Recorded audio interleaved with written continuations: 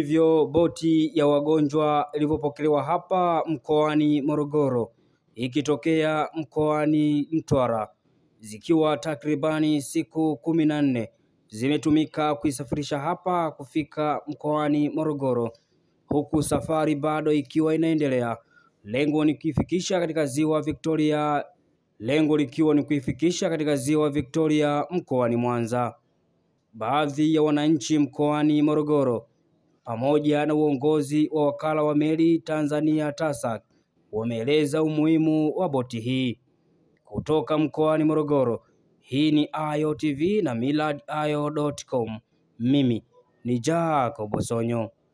Leo tuko katika mkoa huu wa Morogoro ambapo kama mnaona tumekuja kupokea boti ambayo sio kwamba tunaipokea kwamba inaishia hapa, lakini inaelekea mkoani Mwanza.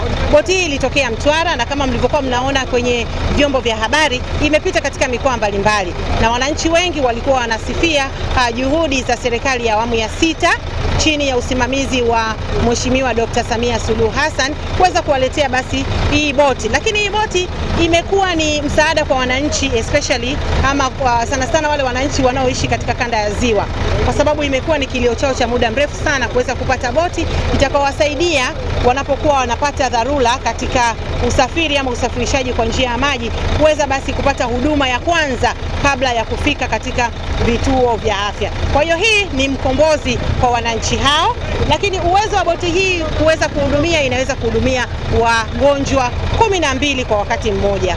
Lakini kitu kingine ambacho boti hii inacho ni chumba maalum, wanasema ICU au chumba cha wagonjwa mahututi. Ina maana kwamba mgonjwa anapokuwa katika hali mbaya, basi anatolewa katika chumba kile cha kawaida na kwenda kuhamishiwa kwenye chumba kile cha wagonjwa mahututi.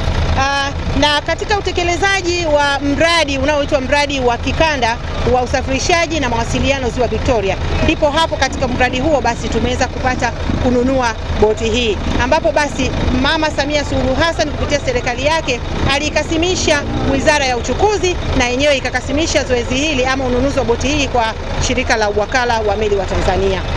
Boti hii ndani yake ina vifaa vyote unavyovijua viko hospitali kwa ajili ya kuwahudumia wagonjwa.